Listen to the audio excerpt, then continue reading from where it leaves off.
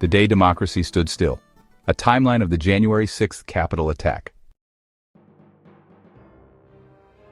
January 6, 2021, a date that will forever resonate as a stark reminder of democracy's fragility.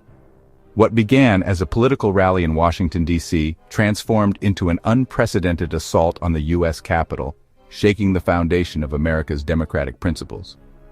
This video revisits that fateful day, tracing key moments, decisions, and the profound aftermath that continues to shape the nation. Imagine the heart of American democracy under siege, lawmakers scrambling for safety, violent chants echoing through sacred halls, and the future of a republic hanging in the balance. January 6th was not just a day of unrest. It was a day that questioned the durability of the democratic experiment itself. The Capitol attack was not just about broken windows and disrupted proceedings, it was an assault on democracy itself. This article breaks down the events of January 6th into a comprehensive timeline, offering insights into the chaos, the decisions that fueled it, and the resilience of a nation striving to move forward. 11 a.m., the gathering storm. Supporters of then-President Donald Trump convened near the White House for the Stop the Steal rally. Fueled by weeks of unsubstantiated claims of election fraud, the crowd's anger and determination grew. Among the crowd was a middle-aged couple from Ohio who believed the election had been stolen and saw themselves as patriots defending their country. This sentiment would soon transform into dangerous action. 12 p.m. Trump speaks to the crowd. Trump delivered a fiery speech, urging his followers to fight like hell and pressuring Vice President Mike Pence to overturn the election results, a demand Pence constitutionally could not fulfill. 12:30 p.m., march to the Capitol. Even as Trump's speech continued, sections of the crowd began moving toward the Capitol. Chants of "Stop the Steal" filled the air, signaling the escalation to come. A mother and her adult son walked toward the Capitol, unaware that what began as a march would soon erupt into violence. 1:10 p.m., barriers breached. The first physical confrontations occurred as rioters overpowered police barriers on the Capitol's west side. Capitol Police Officer Eugene Goodman's heroic actions in diverting rioters from the Senate chamber provided lawmakers critical moments to evacuate. 2:00 p.m. The Capitol falls. Windows were smashed, doors were forced open, and rioters flooded into the Capitol.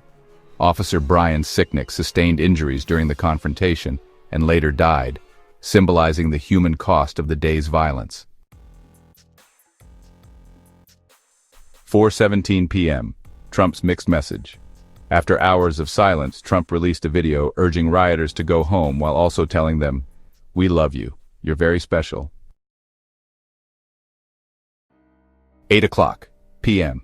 Congress resumes. Despite the violence, lawmakers reconvened to certify the Electoral College results. Speaker Nancy Pelosi declared, "We will stay as long as it takes." 3:42 a.m., January 7th, certification complete. Vice President Pence formally certified Joe Biden as the 46th president, ensuring the democratic process endured despite the day's chaos. Aftermath. The shockwaves of January 6th. The attack left 5 people dead and over 140 law enforcement officers injured. Property damage to the Capitol was estimated at $2.7 million. Trump became the first president impeached twice, though the Senate later acquitted him of incitement of insurrection. Trump's controversial pardons, a new chapter of division. On his first day back in office in 2025, Trump issued sweeping pardons for nearly all January 6th defendants, sparking widespread debate. Over 1,500 people faced charges stemming from the attack, ranging from unlawful entry to assaulting law enforcement officers. On his return to office, Trump issued a sweeping pardon, clearing nearly all individuals of their convictions, including those charged with violent crimes. This decision not only impacted hundreds of lives, but also reignited debates about accountability and the scope of executive power. Commutations included prominent figures like Stuart Rhodes, leader of the Oath Keepers, who was sentenced to 18 years for seditious conspiracy, and Joseph Biggs, a former Proud Boys leader, whose 17-year sentence stemmed from his involvement in organizing the Capitol attack. These high-profile cases highlighted the scope of the pardons and underscored the contentious debate surrounding accountability for January 6th actions. Supporters' perspective: a step toward reconciliation. Trump's allies argue the pardons correct a perceived overreach of justice, labeling many defendants as political prisoners. Critics' concerns undermining accountability. Opponents argue that pardoning violent offenders weakens democracy and disrespects law enforcement's sacrifices. Scenarios: how families view the pardons. For a victim's family, the pardon feels like a profound betrayal as it diminishes the immense sacrifices made by law enforcement officers who risked, and in some cases gave, their lives to protect the Capitol. Families of officers like Brian Sicknick, who died after the riots, see the pardons as erasing the bravery and commitment shown by those who stood in harm's way to defend democracy. For a pardoned defendant's family, it represents an emotional and financial reprieve after enduring years of court hearings, legal expenses, and societal stigma. For some, it's a chance to rebuild relationships and reintegrate into their communities, while for others, it signifies vindication and a belief that justice has finally been served. Conclusion: a divided nation reflects. January 6, 2021, and its aftermath remain a stark reminder of democracy's fragility. The pardons have added new layers to this complex narrative, raising questions about justice, reconciliation, and accountability. As the nation grapples with the consequences of that day, one thing is clear: the fight to protect democracy is far from over.